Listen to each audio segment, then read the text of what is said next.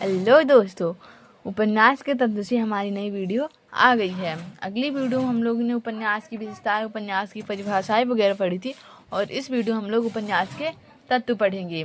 तो उपन्यास का तत्व सुनिए। उसके पहले पाश्चात्य विद्वान हर्षन ने उपन्यास कला का तात्विक विवेचन करते हुए और उपन्यास की रचना के आधारभूत मूल तत्वों का निरूपण करते हुए कथानक, कथा वस्तु, चरित्र चित्रण, कथोपकथन, देश काल तथा वातावरण, भाषा शैली और जीवन दर्शन उद्देश्य के उपन्यास का मूल तत्व माना है। उन 6 तत्वों को पाश्चात्य और भारतीय विद्वानों ने उपन्यास के मूल तत्व के रूप में ग्रहण कर लिया है। हम आगे उपन्यास के संदर्भ में उन्हीं का तात्विक विवेचन करेंगे। सबसे पहले उपन्यास के तत्व में आता है कथानक। कथानक उपन्यास का मूल आधार है। बिना कथानक के कोई उपन्यास नहीं चल सकता, क्योंकि उपन्यास मानव जीवन को लेकर चलता है और मानव जीवन घटित घटनाएं तथा उसके संदर्भ में मनुष्य के क्रियाकलाप और मनोभाव की कथा का स्वरूप निर्माण करते हैं। यही कथानक उपन्यास का मूल आधार बनता है। उपन्यास में प्रायः कथानक 2 रूप का होते हैं, मनुष्य तथा गौड़। मनुष्य कथा आदि से अंत तक चलती है और वही लेखक के प्रतिपाद और अभिसिद्धि में सहायक होते हैं। गौण कथाएं मुख्य कथा की सहायक बनकर रहती है। कथा के चुनाव और विन्यास उपन्यास को निम्न बातों का ध्यान रखना चाहिए। मुख्य और गौण ऐसा जैसे कि एक मुख्य पात्र होता है। जैसे आप लोगों ने गोदान अगर पढ़ा होगा, गबन वगैरह कोई भी उपन्यास आप लोगों ने पढ़ा होगा, उसमें एक मुख्य पात्र होता है और अन्य गौण पात्र होते हैं। मुख्य पात्र जैसे कि गोदान में होरी हुआ और उसकी पत्नी धनिया, मतलब होरी का परिवार से मुख्य पात्र है। उसमें गौण पात्र जैसे श्री मालती हैं, वो डॉक्टर है, और भी अन्य जैसे वो महाजन हैं। ये सारे गौण पात्र हैं, मतलब उनके पात्र के साथ साथ, मेन पात्र के साथ साथ गौण पात्र भी होते हैं। तो उपन्यासकार को निम्न बातों का ध्यान रखना चाहिए। उपन्यास का कथानक युग जीवन से संबंध हो, अनर्घ तथा अनावश्यक वस्तुओं से मुक्त हो, युग जीवन की मान्यताओं का एक पोषक हो, अंत कथाएं मूल कथा के उत्कर्ष विधान में अनिवार्य रूप से सहायक। जो इधर उधर की कथाएं होती हैं, वो जो मूल कथा जिसकी चल रही है उसके अनिवार्य रूप से सहायक हो, मतलब कुछ न कुछ उस मुख्य पात्र से उनका संबंध होना आवश्यक होता है। फिर है पात्र तथा चरित्र चित्रण। पात्र तो मेन ही होता है और उनका चरित्र चित्रण भी। अगर पात्र नहीं है तो किसी काम का नहीं है उपन्यास। पात्र और चरित्र चित्रण को महत्व देते हुए मुंशी प्रेमचंद ने कहा है, उपन्यास ही मानव चरित्र का चित्र मात्र है।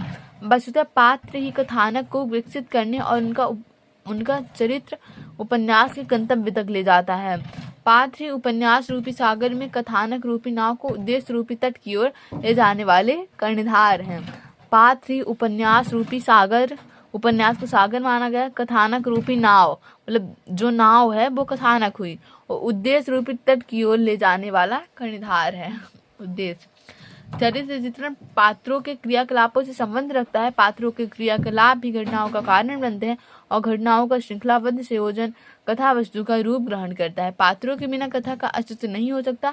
पात्रों के चरित्र की घटनाओं में तथा अन्य संबंधित अन्य पात्रों के संबंध सूत्रों का निर्माण करते हैं। इस प्रकार उपन्यास में आने वाले हर पात्र की अपनी चारित्रिक विशेषताएं होती हैं, जो घटनाएं कथा का अंग बनती हैं। फिर है पात्र का चरित्र चित्रण। देखिए, कभी उपन्यास अपनी ओर से विभिन्न पात्रों की चारित्रिक विशेषताओं का वर्णन करता है, कभी अन्य पात्रों के माध्यम से अन्य पात्रों का चरित्र उभारता है, कई पात्रों के आपसी संबंधों के माध्यम से पात्रों का चरित्र उभारता है, तो कभी कभी किसी पात्र द्वारा किए गए किसी काम या कही गई कोई बात की प्रतिक्रिया किए गए काम या कही गई बात से चरित्र उभरता है, और कभी पात्र स्वयं अपने मनोविश्लेषण द्वारा अपनी चारित्रिक विशेषताओं को स्पष्ट करता है। फिर आता है कथोपकथन। कहने के बाद कहना, संवाद। कथोपकथन या संवाद उपन्यास का तीसरा महत्वपूर्ण शब्द है, जो उपन्यास के स्वरूप गठन मुख्यतः 4 काम करता है। कथा वस्तु को आगे बढ़ाता है, पात्रों की चारित्रिक विशेषताओं आपसी संबंधों को स्पष्ट करता है, घटनाओं में श्रृंखला तथा संबंध स्थापित करता है तथा उपन्यास के उद्देश्य को स्पष्ट करता है। कथोपकथन द्वारा उपन्यासकार उपन्यास में वर्णित घटनाओं तथा दृश्यों में अपेक्षित रूप तथा सजीवता तथा मर्मस्पर्शिता उत्पन्न करता है एवं कथा विस्तार करता है। पात्रों के आपसी कथोपकथन द्वारा ही पाठक पात्रों मनोभावों और अलग अलग स्वभावों से परिचित होता है तथा उनके प्रति अलग अलग मनोभावों का निर्माण करता है। अगर आप लोगों ने कोई एक भी उपन्यास पढ़ा है ना, तो आप लोग ये सारी चीज़ें समझ रहे होंगे कि ये क्या बोल रहा है। फिर है देश काल या वातावरण। अब कोई उपन्यास लिखने के लिए देश काल या वातावरण तो आवश्यक होता है कि उस टाइम का वातावरण कैसा था या देश काल कैसा था उस टाइम पे। देश काल या वातावरण शब्द से स्पष्ट कला देश प्रदेश अथवा स्थान की है, और काल अथवा समय क्या है, उस समय स्थान समय की परिस्थितियां क्या है, उनका पात्रों पर कैसा प्रभाव पड़ता है। इस दृष्टि से उनके 3 भेद किया, सामाजिक, प्राकृतिक एवं ऐतिहासिक। जैसे गोदान उपन्यास में वहाँ की सामाजिक पृष्ठभूमि ठीक नहीं थी, उस टाइम के लोग, उस टाइम पे महाजनी प्रथा आरंभ हो गई थी, तो वहाँ की सामाजिक पृष्ठभूमि बिल्कुल भी ठीक नहीं थी। देख लीजिए, पहली के अंतर्गत लेखक सामाजिक स्थिति, रीति रिवाज, वेशभूषा, पात्रों का जीवनगत स्तर, उनकी शिक्षा, संस्कृति, संस्कार आदि का चित्रण करता है। दूसरी के अंतर्गत मतलब प्राकृतिक के अंतर्गत इसके परिवेश तथा संदर्भों में पात्रों के मनोदशा का भावनात्मक स्वरूप प्रस्तुत करता है और उसे अधिक मार्मिकता प्रदान करता है। तीसरे का उपयोग ऐतिहासिक उपन्यासों में ही होता है। अतः देश काल और वातावरण में सामान्य कहा जा सकता है कि कथानक के मर्म पात्रों की विशेषताओं को उभारने की उपयुक्त पृष्ठभूमि प्रदान करता है। इसके बाद है भाषा और शैली। मतलब भाषा शैली तो उपयोगी है, क्योंकि अगर कठिन भाषा का उपयोग हो गया तो कोई पढ़ ही नहीं पाएगा और समझ ही नहीं पाएगा, तो वो भी फिर भाषा का उपन्यास के तत्व में अपना प्रमुख और महत्वपूर्ण स्थान होता है।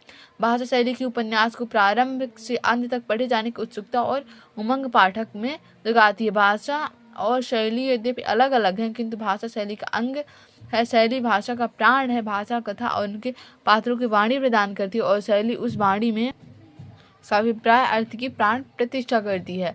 शैली कथा को कहने और प्रस्तुत करने तथा पात्रों की चारित्रिक विशेषताओं और मनोभावों को चित्रित करने के ढंग से संबंध रखती है। शैली ही वास्तव में उपन्यास और मौलिकता के गुण का समावेश करती है। भाषा सरल, सजीव, पात्र अनुकूल, रोचक, मर्मस्पर्शी, प्रभावपूर्ण और प्रवाहमयी होनी चाहिए। शैली अनेक प्रकार की होती है, जैसे वर्णनात्मक शैली, आत्मकथात्मक शैली, पत्रात्मक शैली, डायरी शैली, जीवन शैली और मिश्रित शैली। अधिकांश उपन्यासों में एक साथ कई शैलियों का प्रयोग किया जाता है। भाषा शैली का महत्व इसलिए भी अधिक है क्योंकि इन्हीं के माध्यम से लेखक अपने उपन्यास को प्रभावमय और मर्मस्पर्शी बनाता है, उसकी मौलिकता का समावेश करता है। इसके बाद हमारा उपन्यास का सबसे अंतिम तत्व है उद्देश्य, कि उस कहानी का या उस उपन्यास का कोई तो उद्देश्य भी होना चाहिए ना। उद्देश्य की ओर, तभी तो ये जितने भी तत्व हैं वो सब उद्देश्य की ओर ले जाने के लिए काम में लगे रहते हैं। उपन्यास का उद्देश्य निसंदेह कथा के माध्यम से मनोरंजन जुटाना है, परंतु गहराई से देखें तो यह मनोरंजन साधन है, साध्य नहीं। उपन्यास का साध्य है जीवन की व्याख्या, समझ, साहित्य के संबंध जीवन से है। जीवन की अभिव्यंजना ही उपन्यास की प्रधान उद्देश्य है। उपन्यास जीवन की व्याख्या इस प्रकार सुंदर शैली में करता है कि वह सहज ग्राह्य हो जाती है। उपन्यास लिखना भी अपने में एक उद्देश्य है। कोई लेखक तभी उपन्यास तभी लिखता है जब वह किसी कथा के किन्हीं पात्रों और उनके जीवन रहस्यों में परिचय या तो उससे हुआ या जिनका उधर जीवन के अनुभवों के आधार पर उनकी कल्पना में हुआ परिचय, यह अपने से अन्य सबसे कराना चाहता है। उपन्यास की कथा की कल्पना की अपनी भोगी हुई अनुभूतियों का जब वह अन्यों के साथ मिलकर सहयोग करना चाहता है तो उपन्यास के रूप में उसे व्यक्त कर सबके सहयोग योग्य बना देता है। अतः उद्देश्य उपन्यास का एक अत्यावश्यक और महत्वपूर्ण तत्व है। तो हम लोगों ने इस वीडियो में उपन्यास के सारे तत्व पढ़ लिए हैं अच्छे से, और ये पेपर में ज़रूर आता है। अब अगली वीडियो में हम लोग रामगढ़ की रानी वृंदावन लाल वर्मा जिन्होंने लिखी है उसका पूरा शीर्षक पढ़ेंगे कि वो उसका मतलब क्या है। उसका साहित्यिक परिचय पढ़ेंगे वृंदावन लाल वर्मा का, और उसका उद्देश्य पढ़ेंगे। रामगढ़ की रानी अवंती बाई के जीवन का संपूर्ण चरित्र चित्रण करता है। हम लोग बस उसका सारांश पढ़ लेंगे। अगर आप लोग का पूरा वो पढ़ना है पूरा उपन्यास तो आप लोग लाइब्रेरी से या ई लाइब्रेरी में जाके रामगढ़ की रानी राम वृंदावन लाल वर्मा खोज सकते हैं। आप लोग को पूरा का पूरा उपन्यास फ्री में अवेलेबल है ई लाइब्रेरी में, जो गवर्नमेंट की तरफ से हमको पढ़ने के लिए मिली हुई है। धन्यवाद।